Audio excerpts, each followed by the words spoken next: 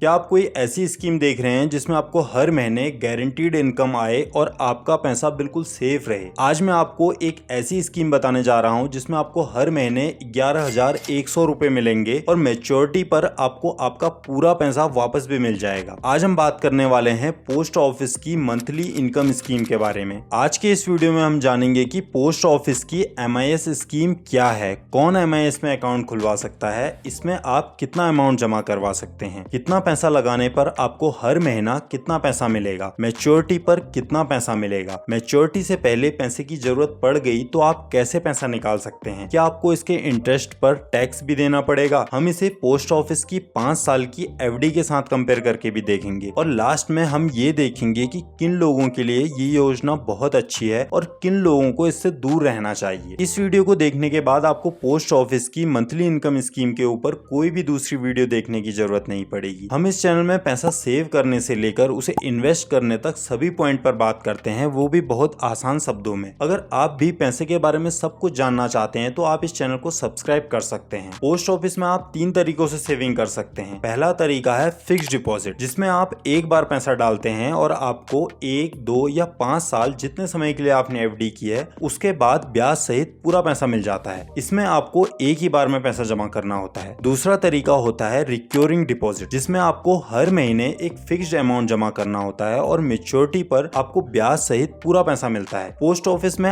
RD के लिए maturity period 5 साल का है। और तीसरा तरीका है मंथली इनकम स्कीम, जिसको शॉर्ट में MIS भी कहा जाता है। इसमें भी FD की तरह ही आपको एक ही बार में पैसा डालना होता है, लेकिन इसमें आपको मैच्योरिटी पर कोई ब्याज नहीं मिलता। आपके पैसे पर जो ब्याज बनता है वो आपको 5 साल तक हर महीने इनकम के रूप में मिलता है और 5 साल बाद मैच्योरिटी पर जो पैसा आपने जमा किया था वो अमाउंट वापस कर दिया जाता है। कौन इस अकाउंट को खुलवा सकता है? इसमें सिंगल अकाउंट भी खोला जा सकता है और 3 लोग मिलकर एक ज्वाइंट अकाउंट भी खोल सकते हैं। सिंगल होल्डर अकाउंट कोई भी अपने लिए खुलवा सकता है। नाबालिग के नाम पर भी इस अकाउंट को खुलवाया जा सकता है, लेकिन नाबालिग के नाम पर जो अकाउंट खुलवाया जाता है उसमें एक गार्जियन का होना बहुत जरूरी है। अगर नाबालिग की उम्र 10 साल हो चुकी है तो गार्जियन की कोई जरूरत नहीं है। ऐसी कंडीशन में नाबालिग खुद भी इस अकाउंट को अपने नाम पर खुलवा सकता है। मिनिमम कितने रुपए से आप इस अकाउंट को खुलवा सकते हैं? आप कम से कम 1000 रुपए से भी अकाउंट खुलवा सकते हैं। 1000 रुपए से ज्यादा रुपए आप डालना चाह रहे हैं तो 1100 रुपए या 1200 रुपए का अकाउंट नहीं खुलवाया जा सकता। फिर आपको 1000 रुपए के मल्टीपल में अमाउंट डालना पड़ेगा, जैसे 2000, 3000, 5000, 20,000। सिंगल अकाउंट में मैक्सिमम 9 लाख रुपए और ज्वाइंट अकाउंट में 15 लाख रुपए ही जमा किए जा सकते हैं। कुछ समय पहले तक सिंगल अकाउंट में मैक्सिमम 4.5 लाख रुपए और ज्वाइंट अकाउंट में मैक्सिमम 9 लाख रुपए ही जमा किए जा सकते थे, जिसे सरकार ने बढ़ाकर 9 लाख और 15 लाख कर दिया है। अगर ज्वाइंट अकाउंट में 2 मेंबर हैं तो दोनों का 50-50% का शेयर होगा और अगर 3 मेंबर हैं तो फिर इस अमाउंट को 3 बराबर हिस्सों में बांट दिया जाएगा। इसके साथ ही किसी भी इंडिविजुअल के लिए मैक्सिमम अमाउंट लिमिट भी 9 लाख ही है। एक पर्सन कितने भी सिंगल अकाउंट या ज्वाइंट अकाउंट अपने नाम पर खुलवा सकता है। इस पर भी कोई भी लिमिट नहीं है, बस उसका शेयर मैक्सिमम अमाउंट लिमिट से ऊपर न जाए। अगर आप किसी के साथ मिलकर 15 लाख रुपए से एक ज्वाइंट अकाउंट खुलवाते हैं और इसके बाद आप अपने नाम पर एक सिंगल अकाउंट खुलवाएंगे तो इसमें आप मैक्सिमम 1.5 लाख रुपए ही डाल सकते हैं, क्योंकि आपने जो 15 लाख का ज्वाइंट अकाउंट खोला है उसमें भी 50% शेयर आपका हुआ, जो कि 7.5 लाख रुपए है। तो अब आप बस 1.5 लाख का ही सिंगल अकाउंट खुलवा सकते हैं। और अगर आप एक और ज्वाइंट अकाउंट खुलवाना चाहते हैं तो उसमें आपका हिस्सा 1.5 लाख से ज्यादा नहीं होना चाहिए। लेकिन अगर आपने गलती से या जानबूझकर 9 लाख से ज्यादा का अमाउंट अलग अलग पोस्ट ऑफिस में जमा कर दिया तो फिर 9 लाख से ज्यादा का जितना भी अमाउंट आपने जमा किया होगा वो आपको तुरंत वापस कर दिया जाएगा और उस पर आपको पोस्ट ऑफिस सेविंग अकाउंट का ही इंटरेस्ट मिलेगा। आज के समय में तो आपका हर एक अकाउंट पैन कार्ड से लिंक है। सरकार को आपके हर ट्रांजैक्शन के बारे में पता है, इसलिए जानबूझकर ऐसा करने की कोशिश भी मत करना। हाँ, आप अपने हर फैमिली मेंबर के नाम पर एक अकाउंट खुलवा सकते हैं और हर अकाउंट में मैक्सिमम 9 लाख रुपए जमा कर सकते हैं। माइनर और गार्जियन के लिए लिमिट अलग अलग होगी। आपके बच्चे के नाम पर भी आप 9 लाख रुपए जमा कर सकते हैं और अपने नाम पर भी आप 9 लाख रुपए जमा कर सकते हैं। अब देखते हैं कि आपको कितना पैसा मिलेगा। इसमें आपको 7.4% का एनुअल इंटरेस्ट रेट मिलेगा और इसके हिसाब से जितना ब्याज बनेगा वो आपको हर महीने पे कर दिया जाएगा। ये इंटरेस्ट रेट फिक्स्ड है। अगर आपके अकाउंट खोलने के बाद इंटरेस्ट रेट कम भी हो जाएगा तब भी आपको वही इंटरेस्ट रेट मिलेगा जो आपके अकाउंट खुलवाते समय चल रहा था। इंटरेस्ट रेट सरकार हर क्वार्टर मतलब 3 महीने में चेंज करती है। FD के हिसाब से तो ये इंटरेस्ट रेट ठीक ठाक है, क्योंकि पोस्ट ऑफिस की 1 साल की FD में आपको 6.9% का इंटरेस्ट रेट मिलता है जो कि क्वार्टरली कंपाउंड होता है। क्वार्टरली कंपाउंडिंग होने के बावजूद भी एफडी का इंटरेस्ट रेट आपको एनुअली 7.08% का ही पड़ता है और बाकी के बैंक में भी ये इंटरेस्ट रेट कम ही है। बस स्मॉल फाइनेंस बैंक में आपको एफडी का इंटरेस्ट रेट ज्यादा मिल जाता है। लेकिन अगर स्मॉल फाइनेंस बैंक डूबता है तो वहां पर आपका बस 5 लाख रुपए तक ही अमाउंट सेफ है। लेकिन पोस्ट ऑफिस में आरबीआई की गारंटी है, इसलिए यहाँ पर आपका पूरा पैसा सेफ रहता है। अब देखते हैं कि आपको हर महीने कितना पैसा मिलेगा। एमआईएस में इस समय हमें 7.4% का इंटरेस्ट रेट मिल रहा है। हम ये मान के चलते हैं कि आपने एमआईएस में 18 लाख रुपए डाले तो 18 लाख रुपए पर आपको 7.4% का इंटरेस्ट रेट मिलेगा, जिससे आपको हर महीने 11,100 रुपए मिलेंगे। ये 11,100 रुपए आपके हर महीने खाते में आएंगे। ऐसा नहीं है कि इस महीने आपको 11,100 रुपए आए और अगले महीने आपको ज्यादा पैसा आया कम आया, ये फिक्स रहेगा। आपको हर महीने 11,100 रुपए आएंगे। अब ऐसे ही हर महीने 11,100 रुपए आपके खाते में आए तो 5 साल में आपने ब्याज से ही 6,66,000 रुपए कमाए। यहाँ पे आपका प्रिंसिपल अमाउंट 18 लाख रुपए था जो कि 5 साल बाद मेच्योरिटी के समय आपको वापस कर दिया जाएगा। मतलब हर महीने आपने 11,100 रुपए कमाए और 5वें साल आपको अपना मेच्योरिटी अमाउंट वापस मिल जाएगा। हम यहाँ पे प्रिंसिपल अमाउंट को चेंज करके देखते हैं। अगर आपने 1 लाख रुपए से एमआईएस स्कीम ओपन करी तो आपको हर महीने 607 रुपए मिलेंगे और इन 5 सालों में आपने इंटरेस्ट कमाया होगा 37,000 रुपए। प्रिंसिपल अमाउंट आपको 1 लाख रुपए 5 साल बाद वापस कर दिया जाएगा। अगर आप 5 लाख रुपए से अपनी एमआईएस स्कीम चालू करते हैं तो आपको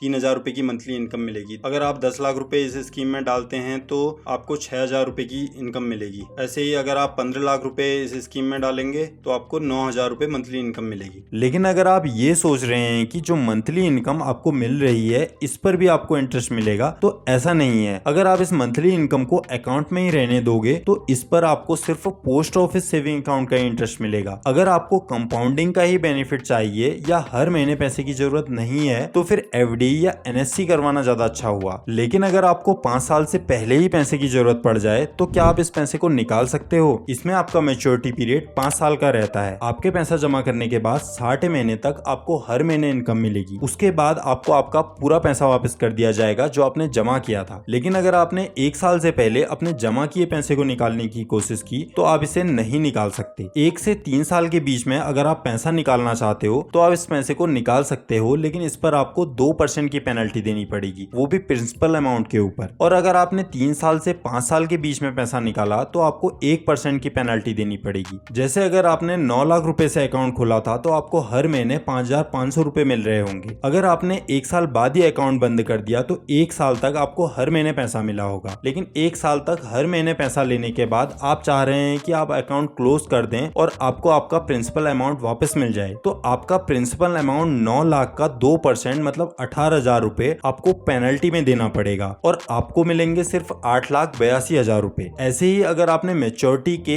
1 दिन पहले भी अगर अकाउंट क्लोज किया तो आपको 1% की पेनल्टी के हिसाब से 9,000 रुपए काटकर 8,91,000 रुपए ही मिलेंगे। लेकिन अगर 5 साल से पहले ही अकाउंट होल्डर की डेथ हो जाती है तो उस केस में नॉमिनी को बिना पेनल्टी के पूरा पैसा दे दिया जाएगा और अकाउंट को बंद कर दिया जाएगा। क्या इसमें कोई टैक्स बेनिफिट भी मिलेगा? नहीं, इसमें आपको कोई भी टैक्स बेनिफिट नहीं मिलेगा। अगर आपकी टैक्सेबल इनकम 12 लाख से कम है तब तो आपको वैसे भी कोई टैक्स पे नहीं करना। लेकिन अगर आपकी टैक्सेबल इनकम 12 लाख से ज्यादा होती है तो आपको अपनी टैक्स स्लैब के हिसाब से इस पर टैक्स पे करना पड़ेगा। रही बात टीडीएस की, तो इस पर कोई भी टीडीएस नहीं काटा जाता। आपको पूरा ब्याज आपके अकाउंट में दे दिया जाता है। क्या अकाउंट में पार्शियल विड्रॉल की सुविधा भी मिलती है? तो इसका जवाब है नहीं। आपने 5 लाख रुपए जमा किए थे, अब आप चाह रहे हैं कि आप सिर्फ 1 लाख रुपए निकाल लें, तो ऐसा पॉसिबल नहीं है। आपको पूरा ही पैसा निकालना पड़ेगा और उस पैसे पर पेनल्टी भी देनी पड़ेगी। तो क्या इस पैसे के ऊपर लोन लिया जा सकता है? ऐसी कोई भी सुविधा आपको इसमें नहीं मिलने वाली। आपको पैसा निकालने के लिए अकाउंट क्लोज ही करवाना पड़ेगा। अब देखते हैं कि आरडी ज्यादा अच्छा है या एफडी अकाउंट। एफडी में आपको 7.5% का क्वार्टरली इंटरेस्ट रेट मिलता है। क्वार्टरली कंपाउंड होने की वजह से एफडी का ये इंटरेस्ट रेट आपको 7.71% एनुअली पड़ जाता है। इसके साथ ही आपको जो इंटरेस्ट रेट मिलता है वो हर साल कंपाउंड भी होता रहता है और मेच्योरिटी के समय आपको ब्याज सहित पूरा पैसा मिल जाता है। लेकिन एमआईएस में आपको 7.4% का ही इंटरेस्ट मिलता है और इस पर आपको कंपाउंडिंग का कोई भी बेनिफिट नहीं मिलता क्योंकि ब्याज आपको हर महीने दे दिया जाता है। ये रहा एफडी और एमआईएस का बेसिक कंपैरिजन। अब ये जानते हैं कि किसके लिए एमआईएस अच्छा है और किसके लिए नहीं। अगर आपको हर महीना पैसा चाहिए तब तो आप एमआईएस करवा सकते हो, लेकिन अगर आपको कंपाउंडिंग का बेनिफिट चाहिए और आपको हर महीने पैसे की जरूरत नहीं है तब तो आप एफडी या एनएससी करवा सकते हैं। अगर आप अपने पैसे पर बिल्कुल रिस्क नहीं लेना चाहते तो आप पोस्ट ऑफिस की इन स्कीम की तरफ देख सकते हैं। लेकिन पोस्ट ऑफिस की इन स्कीम में आपको 7% के ही आसपास रिटर्न मिलता है और भारत में 6% तो महंगाई ही बढ़ जाती है। जितना पैसा आप कमाओगे उतना तो महंगाई ही कवर कर लेगी। आपको अपने पैसे को 8-10% से ज्यादा से ग्रो करना पड़ेगा, तब जाके आप अपने पैसे से कुछ पैसा बना पाओगे। 6-7% इंटरेस्ट से तो आप अपने पैसे को बस महंगाई से बचा रहे हैं, लेकिन उसके लिए आपको फाइनेंस की नॉलेज बढ़ानी पड़ेगी। ज्यादातर लोगों को तो पैसे को सही तरह से मैनेज करना ही नहीं आता। इसी वजह से हम इस चैनल में पैसा सेव करने से लेकर